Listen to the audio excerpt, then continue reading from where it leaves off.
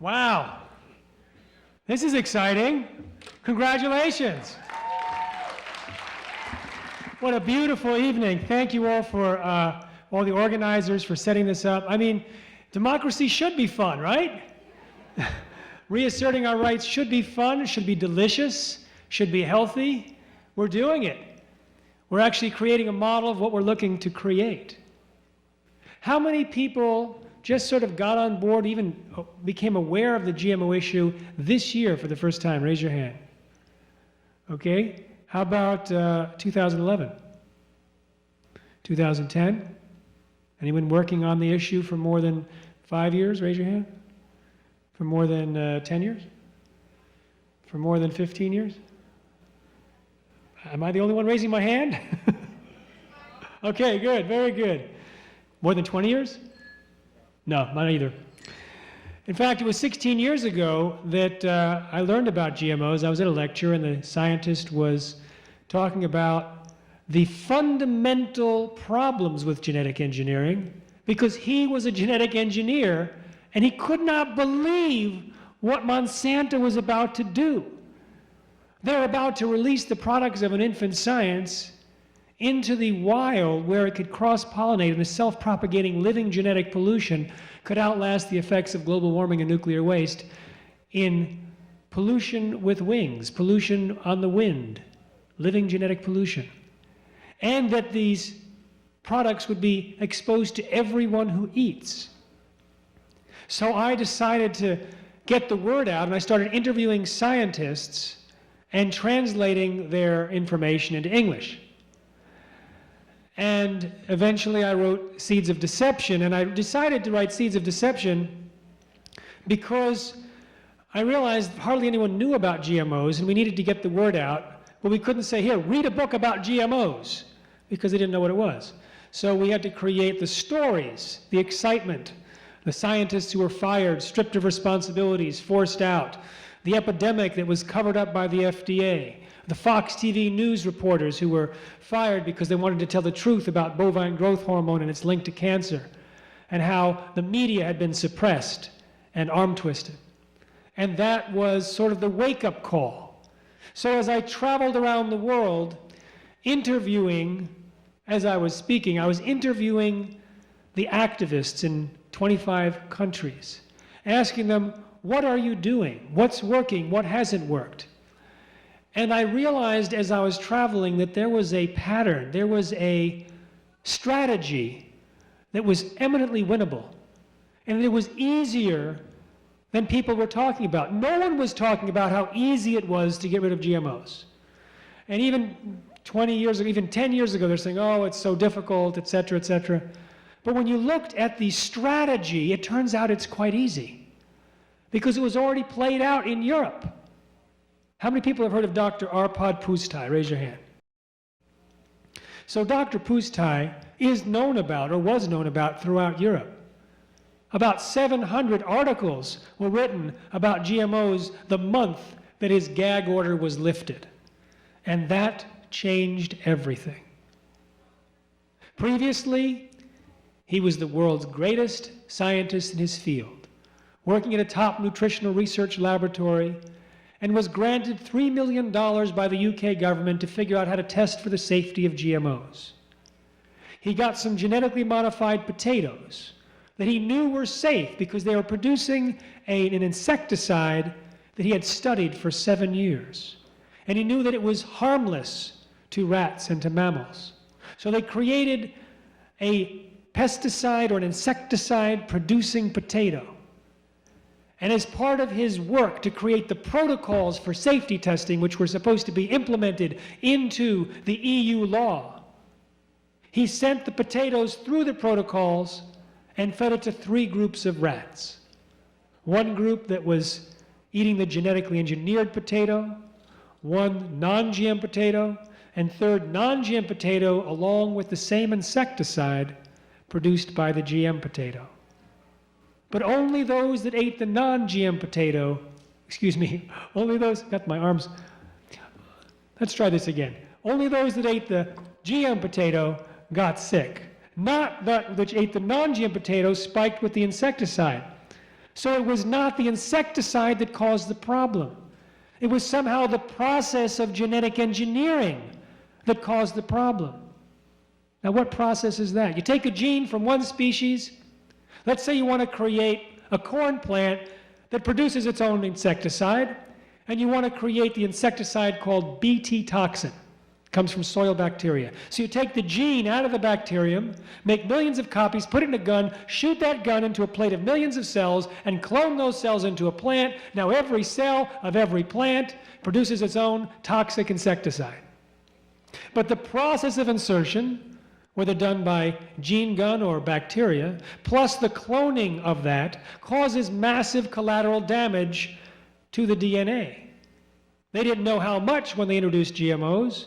One study surprised a lot of people. Up to 5% of the naturally functioning genes in a cell changed their levels of expression when a single gene was inserted. When you have that much change in a naturally functioning organism, a plant, you can produce new allergens, new toxins, new carcinogens.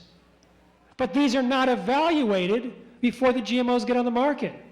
They were warned about, the scientists at the FDA said, these things are dangerous and can create these problems. We need to test them before they get released. But of course, the person in charge of policy was Monsanto's former attorney, later Monsanto's vice president, now the US Food Safety Czar. So there's no testing required by the FDA, no labeling. That was a Monsanto decision in the guise of the federal government. But if you actually look at the testing that's been done, and you look at the massive collateral damage that occurs in the DNA, Monsanto's corn variety, the Bt corn, the most popular Bt corn, also has a new allergen. A gene which was normally silent was switched on. So if you get an allergic reaction to the corn, you might be getting an allergic reaction to this side effect of genetic engineering. Or their soy, it has as much as 7 times the amount of a known allergen called trypsin inhibitor, a side effect.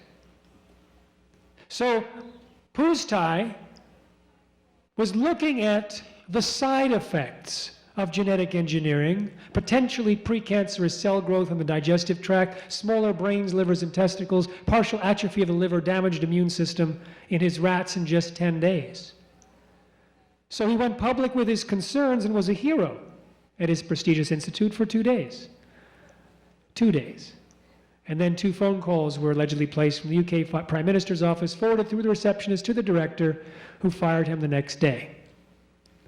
Silenced him with threats of a lawsuit, and partook in a campaign to destroy his reputation. But when his gag order was lifted on February 16th, it surprised the biotech industry by what happened.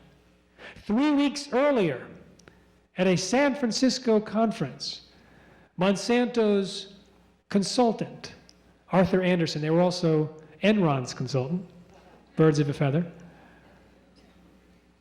they admitted how they bragged about how they worked with Monsanto's executives. They said, describe your ideal future in 15 to 20 years. And they described a world in which 100% of all commercial seeds were genetically engineered and patented. And so they worked backwards from that goal to create the strategy and tactics to achieve it. Another biotech representative predicted that within 5 years, by 2004, 95% of all commercial seeds would be genetically engineered. But then the gag order was lifted by Dr. Arpad Pustai. And all hell broke loose in the media. And within 10 weeks, the tipping point of consumer rejection was achieved. Using GMOs had become a pure marketing liability, so the major companies immediately all followed one another and committed to stop using GM ingredients. Now, this provides a strategy for eliminating GMOs, giving people the truth, telling people the truth. So we started talking about bovine growth hormone, and it's linked to cancer. It has higher levels of IGF-1 in the milk from cows injected with bovine growth hormone. In fact, a former Monsanto scientist told me that 3 of his colleagues that tested the milk as part of the safety testing from the cows injected with bovine growth hormone saw so much IGF-1 in the milk, they refused to drink milk thereafter unless it was organic. One bought his own cow.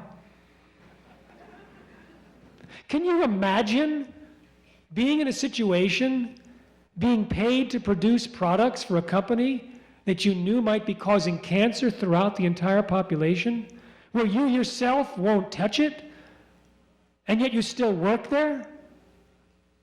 I cannot imagine, but it's happening right now. So we saw a tipping point of consumer rejection against bovine growth hormone, kicked out of Walmart, Starbucks, Yoplait, Dannon, most American dairies. So we started spreading the word amongst the most receptive demographic people about the health dangers, trying to get people to avoid GMOs in large enough numbers to turn them into a marketing liability. And we figured only 5% were needed, because that would be enough to demonstrate even a tiny drop in market share that the companies could point to and say, GMO rejection is the reason. There's no consumer benefits to GMOs. It's become a marketing liability. It becomes the food industry sell signal. So what we did is focus a campaign on telling the truth, and we focused on the most receptive demographics: health-conscious shoppers, parents of young kids, sick people, progressive healthcare professionals, and religious people that think GMO means God move over.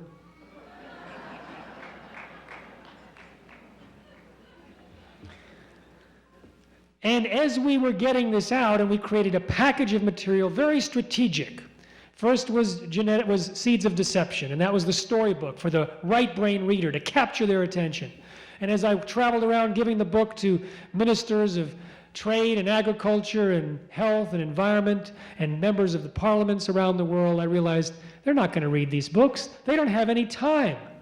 And I have to figure out a way to get to the politician who has no time, and yet we were winning all the debates against the scientists, showing that the foods were unsafe, so we had the knowledge and data on our side, and so for them and for the staffs of the politicians, we needed like a textbook. So we created a combination. It was like the left side of every two-page spread of Genetic Roulette is the summary for the attention deficit politician. The right side is the detailed text for their staff. It's sort of like, it's a brochure, it's a textbook, it's like Saturday Night Live. It's a floor wax, it's a dessert topping. You're both right, ladies. So we had the left brain book, and then we brought in The World According to Monsanto, this amazing film that makes people want to break something. How many people have seen that film? It's like, it's just so strong. Of course, at the end, there's no hope and no direction, and you just feel terrible. But we put a bonus material at the end, which is called What We Can Do, which talks about the tipping point. And we put an 18-minute film in called Your Milk on Drugs, Just Say No. Again, it showed a tipping point, and we threw in an audio CD. So we were thinking strategically how to capture the attention and focus on behavior change. And as I traveled around the country, speaking to groups, I would ask them, rate yourself from 1 to 100, how vigilant you've been avoiding GMOs, where 1 is not vigilant and 100 is very vigilant. How many are 1 to 20, 20 to 40, 40 to 60? And the groups would characterize themselves largely in the lower categories at the beginning of the lecture.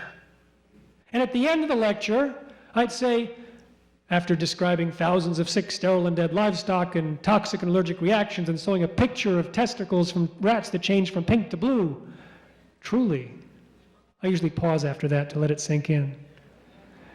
And gnarly livers and smaller babies and a 50% death rate among offspring of female rats fed genetically modified soy and hair growing in the mouths of hamsters by the 3rd generation on GM soy, I'd say, now rate yourself. How vigilant you'll be next week at avoiding GMOs. Who's 1 to 20? No hands went up. 20 to 40, no hands. 40 to 60, maybe a hand. 60 to 80, most people were packed up there from 60 to 100 after a single presentation. When I came out with Genetic Roulette, it was also the time I started speaking to doctors' groups.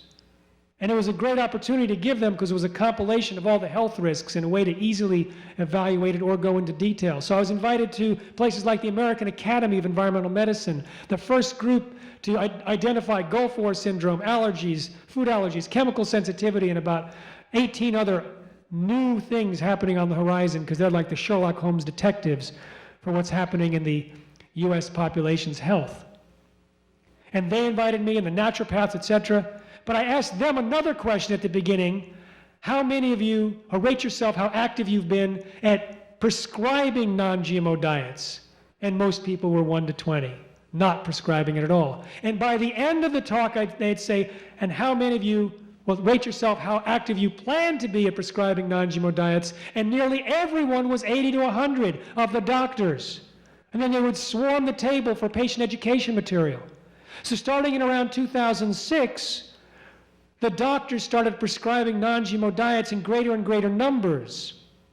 There's thousands of doctors prescribing non-GMO diets. And I had been speaking on behalf of the scientists when I wrote Genetic Roulette, traveling around the world, taking their very cautious words and carefully expressing them to large audiences. And you know how scientists speak. Things, converging lines of evidence suggest that it might be, if it's raining outside, it says, it appears to be that it might be raining. It's like they're not definite. So I honored that, representing them, being their translator around the world. It might do this, it might do that, etc. Then I went to the American Academy of Environmental Medicine for the 4th year in a row, and I brought a video camera. And by this time, they had come out with their own policy on GMOs and identified serious health disorders in the laboratory animals fed GMOs. And they said it's a serious causal relationship of the GM feed causing reproductive problems, immune system problems, gastrointestinal problems, plus accelerated aging, organ damage, problems with cholesterol and insulin. And they asked all doctors in America to prescribe non-GMO diets. What they wrote in their policy was stronger than what the scientists were saying. And when I started interviewing the doctors at the American Academy conference at the end of 2009, I was blown away. The doctors were saying, GMOs cause inflammation. And inflammation is the basis of a whole host of disease. GMOs increase allergic reactions. I tell my patients to stop eating GMOs. The ones that are allergic will get reactions to them, and they'll tell you that. GMOs cause gastrointestinal problems. GMOs linked to foggy brain. They were very, very strong. I met one woman, Dr. Lindner, she said, I prescribe non-GMO diets to every patient, and every patient gets better. It never doesn't work.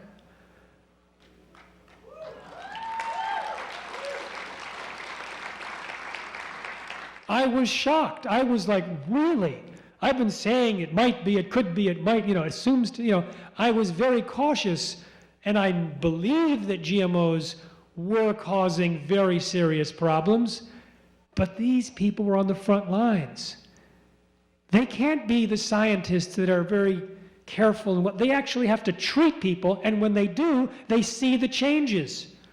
So they were the gold mines that I wasn't aware of. And I had this footage, and I wanted to release it. So I was holding on to it, ready to give it to a filmmaker, etc.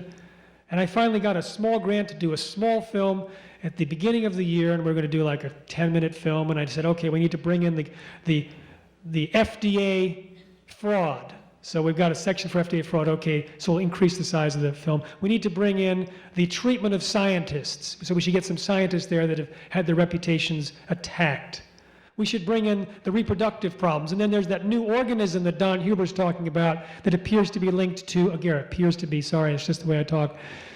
It appears to be linked to infertility, which is going crazy among livestock. They take the aborted fetal tissue from miscarriages from the livestock, and they find it crawling with this new entity the size of a virus that's in high concentrations in crops treated with Roundup, like Roundup-ready crops. And when they take this organism and they apply it to a pregnant chicken, it kills the embryo in 48 hours. But I'm getting ahead of myself. So we're creating this film and adding all these pieces. It turned out to be a 90-minute film. It'll be done in 3 days. And then we're going to duplicate it and make it available. It's being focused specifically for the California Ballot Initiative. It's got Pam Larry in it. It's got signature gathering.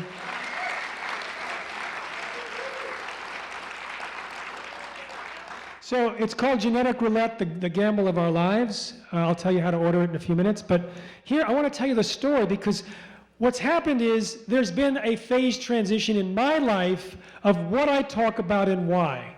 Originally, it was to get people's attention, draw them into stories, and let them know that GMOs are in their food.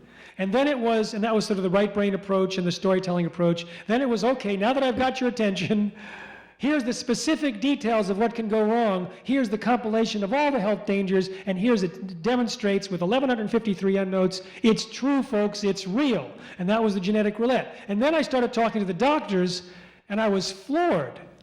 But there's an evolution to the thinking, so I'm just bringing you up to speed to where we're at. I was talking to the doctors. I went to Chicago and I went to Dr. Linder's clinic and I interviewed her and I interviewed 7 of her patients, and I went to another doctor that prescribes non-GMOs and I interviewed her patients as well.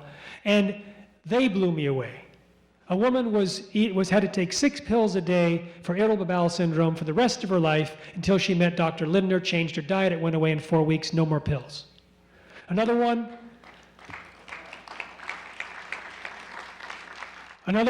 irritable bowel syndrome, gone in 2 weeks. Another one, colitis, 30 years, gone in 3 days. We had migraine headaches and asthma, gone from a 12-year-old. We had foggy mornings and depression, gone. We had skin problems, weight problems, a huge range of issues. In fact, Dr. Linder was so specific, she said, yes, if it's brain fog or if it's certain types of GI problems, they're gone immediately. If it's allergies and asthma, it takes 3 to 5 days. If it's certain types of other problems, it takes up to 4 weeks.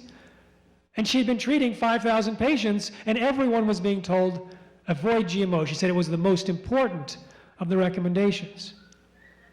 But I started asking some more questions. I asked the patients, so how do you avoid GMOs? They said, well, we buy everything organic. I went, uh-oh. Organic is good for a lot of reasons. Non-GMO is just one of them. That's a cofactor. What else? Well, we avoided most processed foods now. And I went, uh-oh. I just avoided the additives and the high fructose corn syrup and all that. And some, based on doctors' advice, would get rid of dairy and gluten. I just threw up my hands and said, there's no way I can deal with this. Too many cofactors.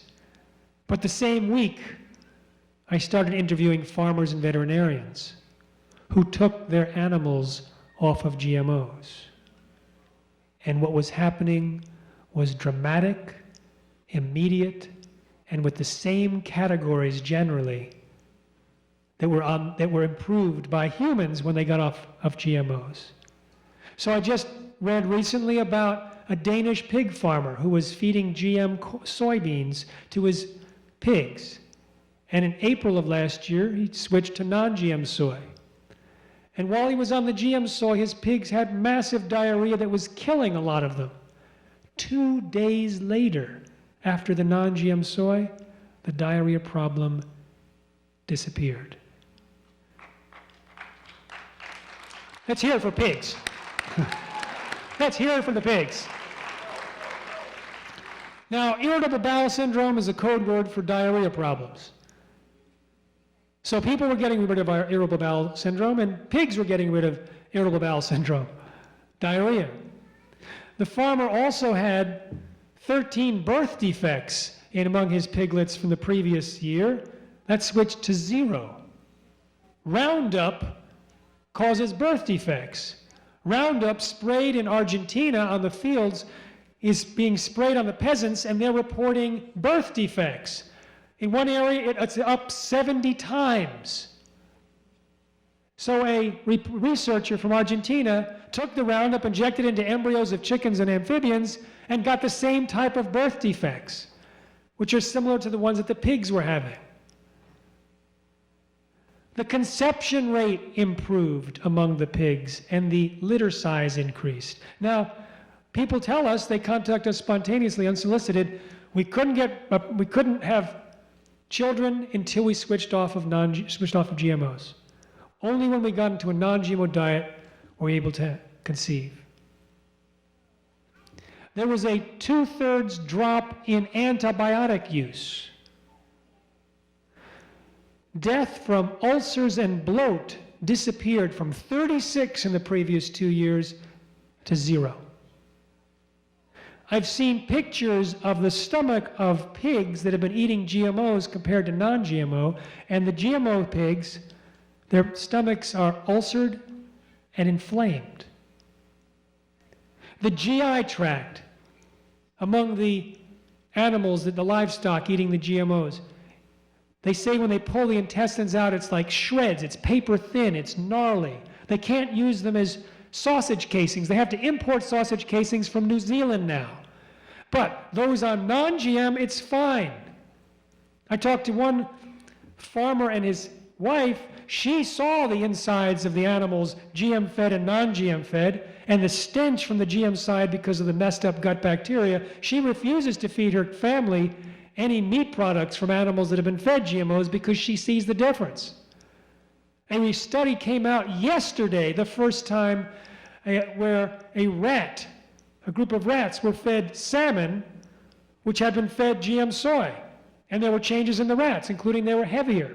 And the rats that ate just the straight GM, no, it was corn, the straight GM BT corn, they were also heavier. And there were changes in their guts along the intestinal walls. So these were dramatic changes, and I talk to farmers now regularly. One Iowa farmer, who's featured in the film, his information is, although he doesn't want to be named, he switched to non-GM corn this past December. And after 2 days, they noticed such changes in behavior in the 3,000 piglets they were raising. They just joked and said, well, maybe it's the non-GM corn. But after 11 days, it was so dramatic, they were floored because the behavior and the health had reverted to how it had been 14 years earlier before they started using GM corn.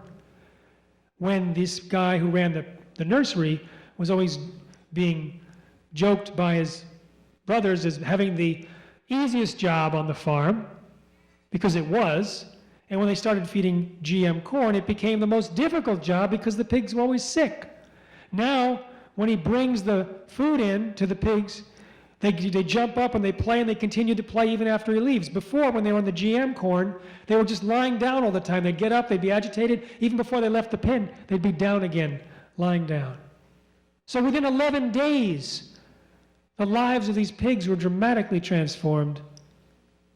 And it was interesting that we were seeing the same problems getting better in the humans and the livestock. Then I spoke to Michael Fox, the animal doctor, the syndicated columnist. He has 30 to 40 million readers.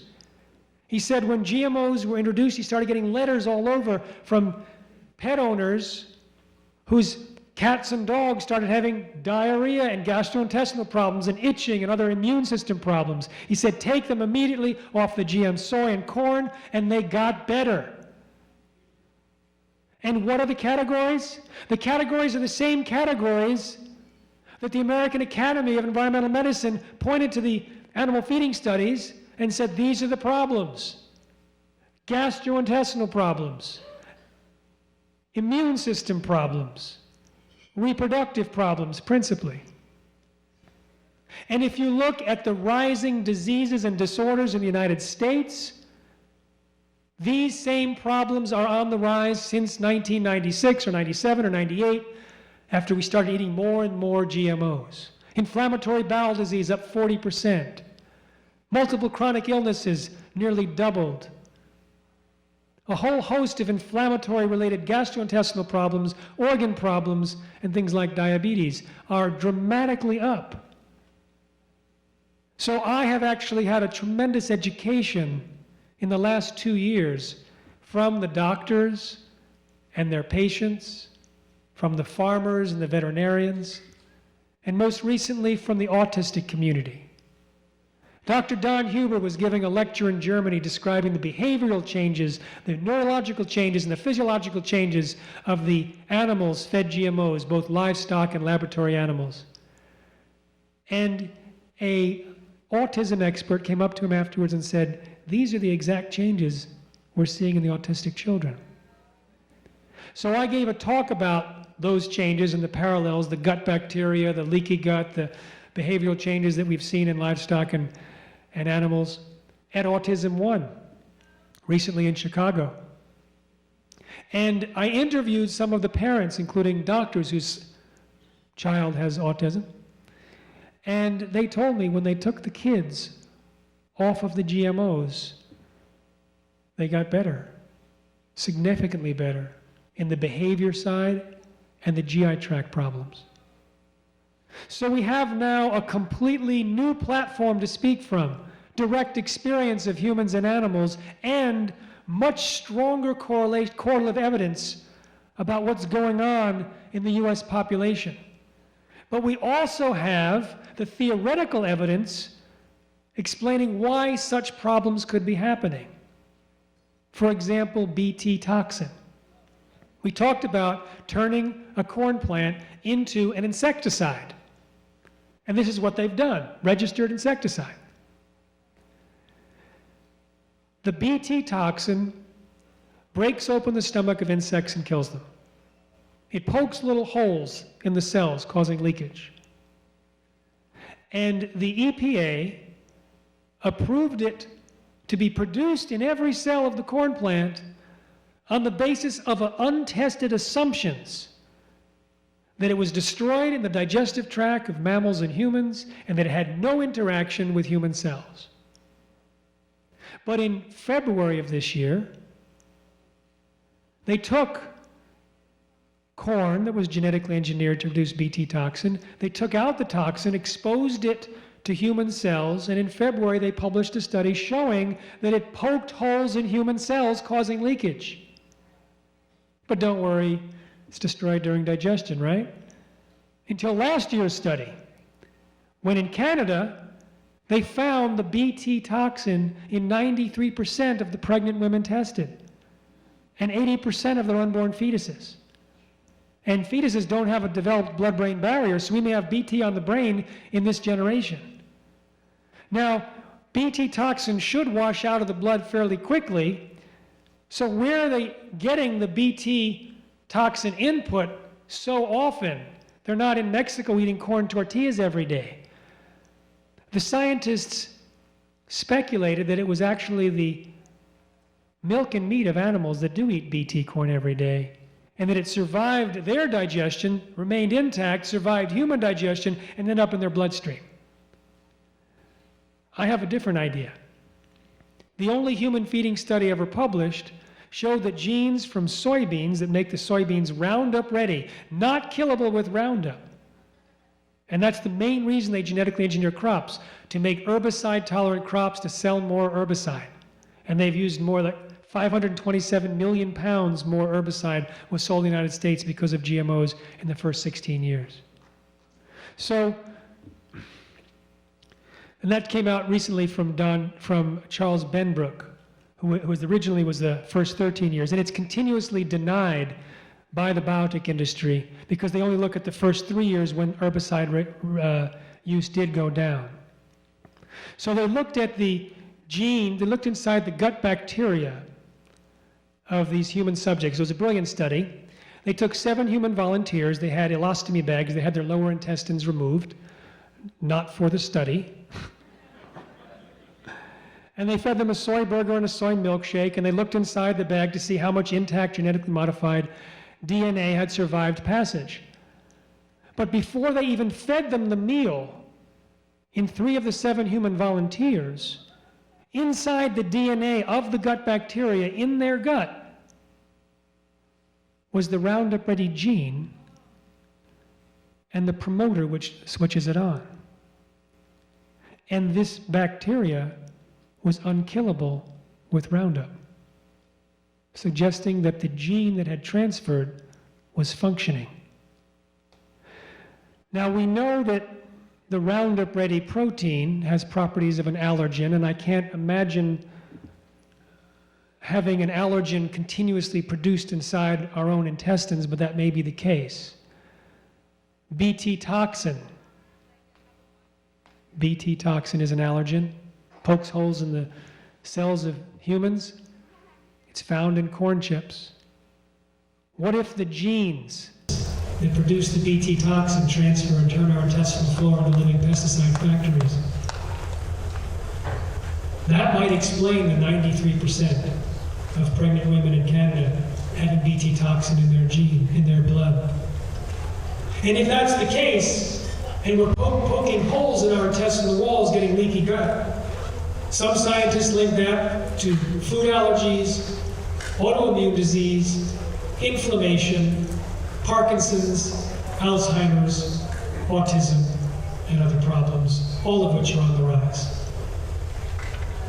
So we have a problem with the gut bacteria, with the gut walls.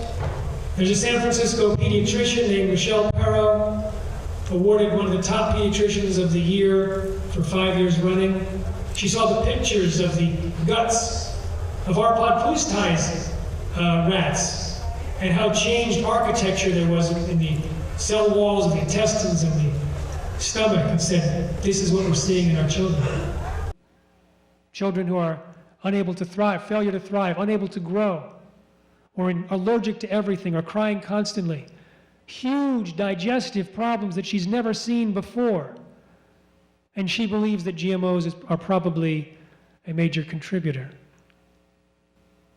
So we have another theoretical support, in this case the reproductive disorders, and that's with Roundup. Roundup can interfere with the production of hormones like estrogen and testosterone, and cause birth defects. So these animals that are being fed Roundup-ready crops, we mentioned a few of them, high infant mortality, changes in the uterus and the ovaries, changes in the testicles, damage to the young sperm cells. And then we have this new entity or organism that may be related to infertility or miscarriages. So we now have a pretty substantial base of information that implicate GMOs as a catastrophe. Not a potential catastrophe, as an existing catastrophe. Now, as we've been speaking about the dangers of GMOs, we've seen the numbers grow. I was here in 2006. Kim was the one who was on stage earlier. She was the one that hosted me. And I've seen the numbers grow here since then. We've seen people become aware of the health dangers. There's now millions engaged, and we're seeing the early signs of a tipping point. So non-GMO products, labeled as such, are one of the fastest growing health claims in America for the past 3 years. We have the Tipping Point Network. Let's give a hand for that.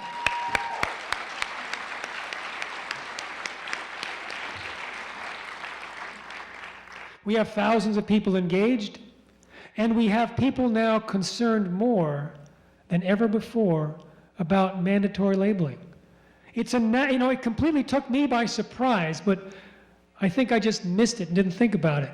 As you get people thinking about GMOs and the health dangers, naturally, the demand for labeling becomes prominent. Even just when people learn about GMOs, they want them labeled. And this means that we're seeing the politicians now reacting to the change in collective consciousness. So in about 20 states, they've actually introduced labeling bills, but none have gotten around Monsanto's influence peddling and lobbying and actual threats to sue like they did. They threatened the state of Vermont and Connecticut. But in California, they don't have lobbyists that can approach the Capitol here in Sacramento and weasel their way out of labeling, because they're going against us and we're going to get labeling.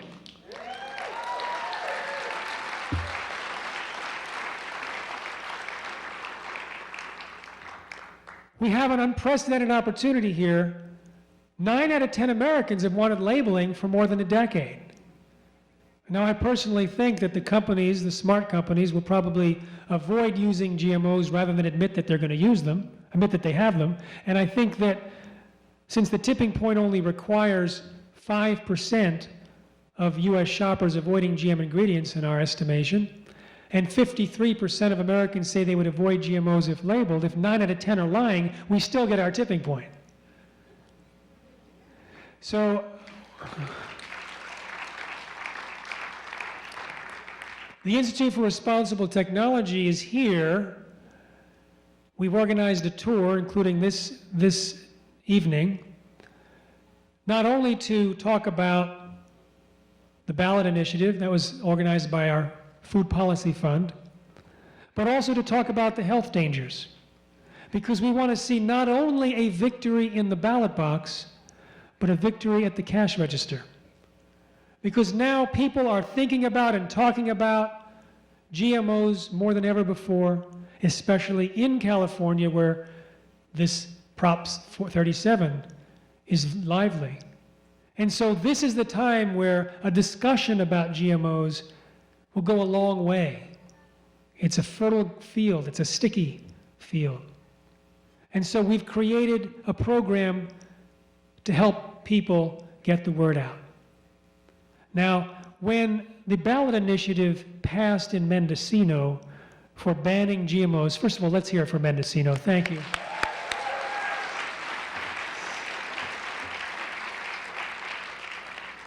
California is so awesome. You guys are amazing. I want to move here. I'll put myself out of a job. How about that? Then I'll come here and retire. So when they passed the ballot initiative, they told me that the book Seeds of Deception and the film Future of Food were extremely pivotal in educating voters, and it made a huge difference. And I also knew from Vermont, when we actually passed it, when it was passed around to all the legislators there, it had a huge impact on the passage of the first state regulation on GMOs. For some reason, those legislators did read the long book. So we realized that that's one way to get the word out is materials.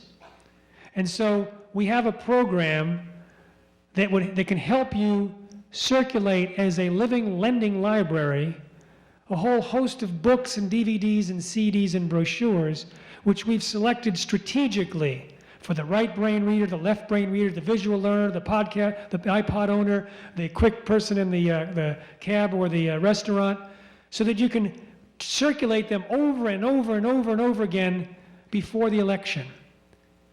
And so we put them together, and we have a sheet outside, and you can sign up to get this lending library if you wish. It normally costs $150, and we've brought it down to $100 to make it easier for you.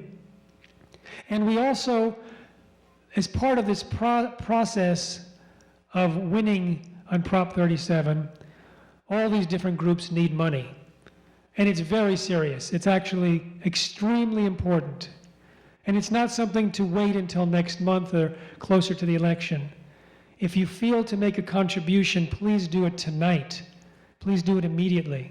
And the good news is for us, for Institute for Responsible Technology, Mercola.com is sponsoring a matching fund. So you give $1 and they'll give $1.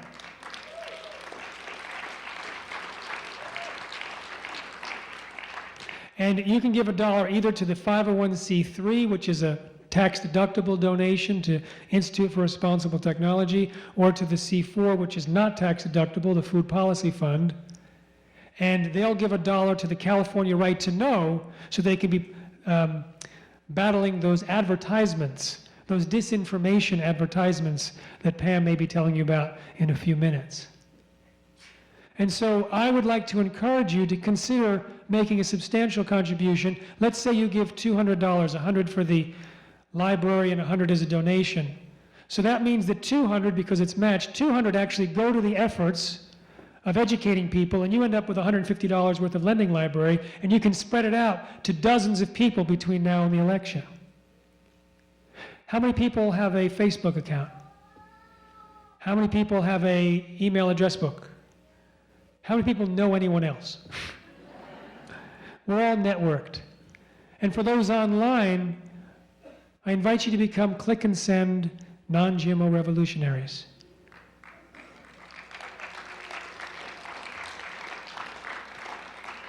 And every time you see a commercial from the other side, post at least 5 things. Make their money work against them. They pay money for disinforming, and you spread it out to many more people to tell them the truth. And check every day and repost and retweet. This is an opportunity of unprecedented proportions. Think about it. You release a GMO outside, it's giving pollution a life of its own. It can outlast the effects of global warming and nuclear waste. It becomes permanent. So it affects all living beings, all future generations. And we can stop it. So the threat is possibly greater than any other technology or anything in human history, except nuclear destruction, perhaps. And if we can stop that, then we have an opportunity to do good, to have a positive impact that's greater than anyone in history has had the opportunity to do. And in this case, it's just giving people what they want to know. They want the right to know. They want to know what to eat. They want to be healthy. When we give a non-GMO shopping guide to people, they say, "Can I have another?" They want this information. Most Americans want to avoid GMOs. 91% of Americans want GMOs labeled. There's just a few rich companies that are trying to pretend that labeling is going to cost you lots of money. It's not going to cost you anything. In fact, they spent more money already in the campaign than they're going to have to spend on labeling.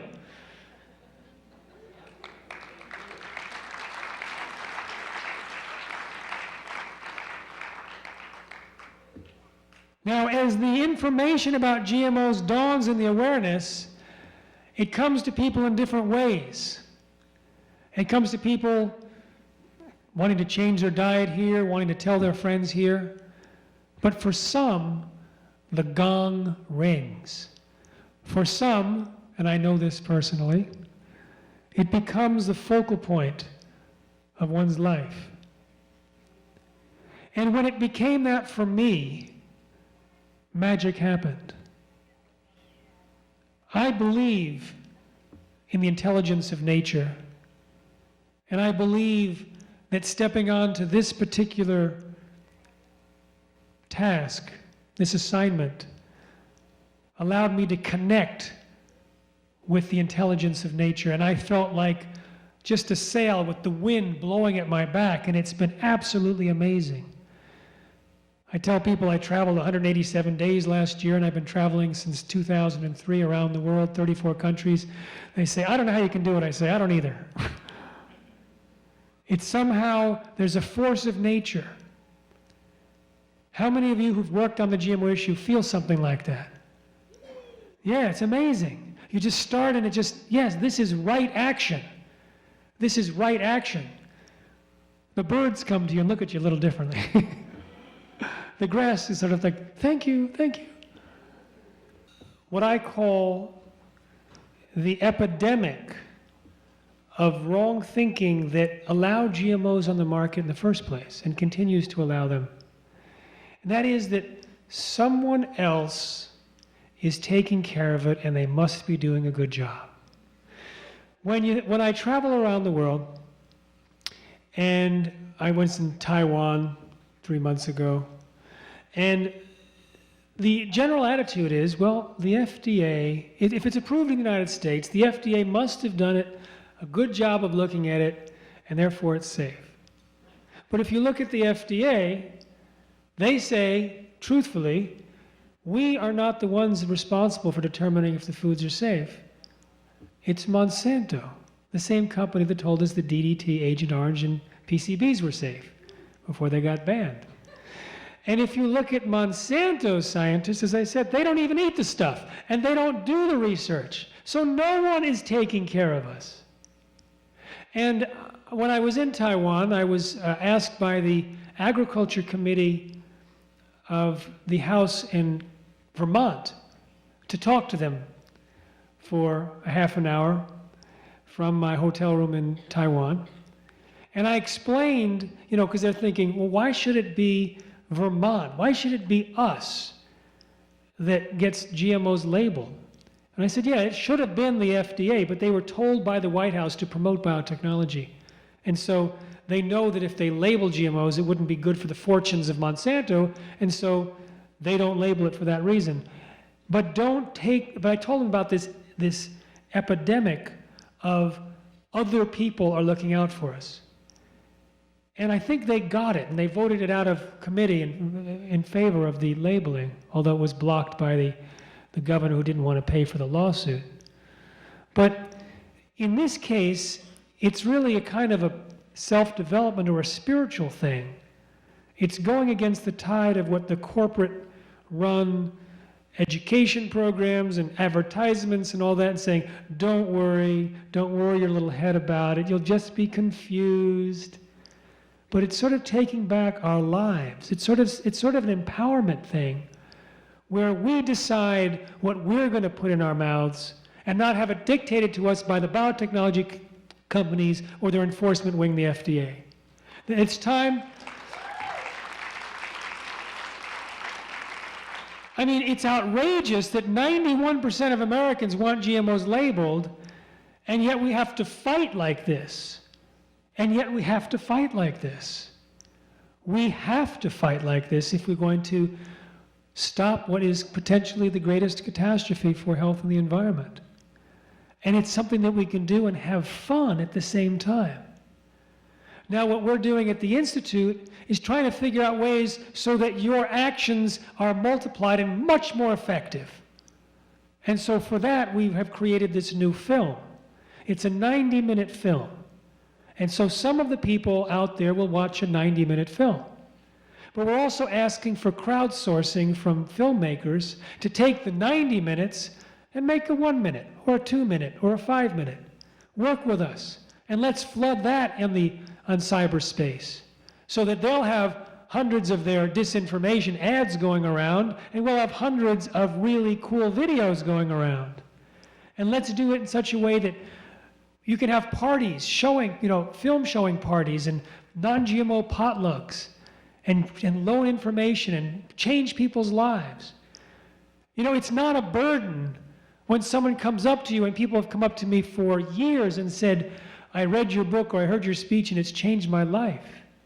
And they talk about really saving their lives because it's that serious. It's not a burden. It's an unbelievable opportunity. It's fantastic. And this Prop 37, in my opinion, is the domino. It's the domino. In fact, the United States is really the belly of the beast in this entire issue. If you look at WikiLeaks and how the entire State Department structure is set up to support biotechnology as one of its goals, USAID, the USDA, the FDA, the EPA, the US Trade Office for Agriculture.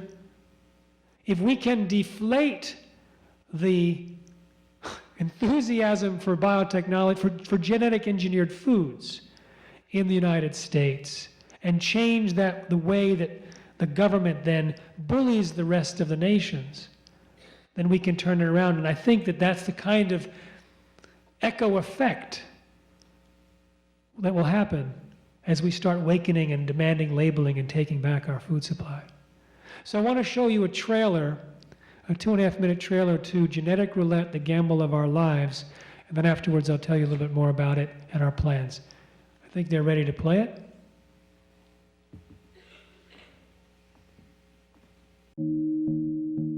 It's the most dangerous thing facing human beings in our generation. GMO, genetically modified organisms. They take genes from one species and force it into the DNA of other species. We have hundreds of millions of acres of genetically modified crops that have been planted in the United States, and yet most people are not aware. I found out that our food supply is genetically modified. And guess what? The food that my son ate on August 25th, 2009 was raw corn. The corn that almost killed him. The process of insertion plus cloning creates massive collateral damage. There can be hundreds or thousands of mutations up and down the DNA. The things we're seeing today aren't normal. Illnesses that weren't epidemic before are now epidemic. We have gone from food in its whole food form to food undergoing a scientific experiment. The havoc that it will cause will be across the entire spectrum of disease. What the problem was is I guess he said that they weren't able to process the food correctly and they would bloat up and die from it. They can put it on the market without telling the FDA or to consumers. It became clear that the FDA had been lying repeatedly since 1992. It's not just an agriculture issue, it's not just a food industry issue, it's an ever-living creature issue. And if we don't do anything within a decade, every single major crop with any significant market size is going to be genetically modified, and we're not going to know it. The world can get rid of it. The world should get rid of it. The sooner the better, now. We look at what they're eating, and we take out the genetically modified foods and the industry foods, and they all get better. It never doesn't work.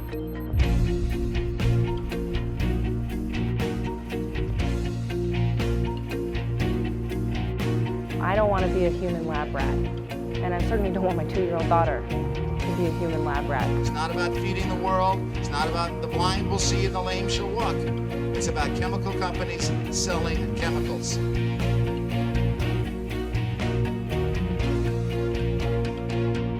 What have I done to my children, and what has been done to them without my consent?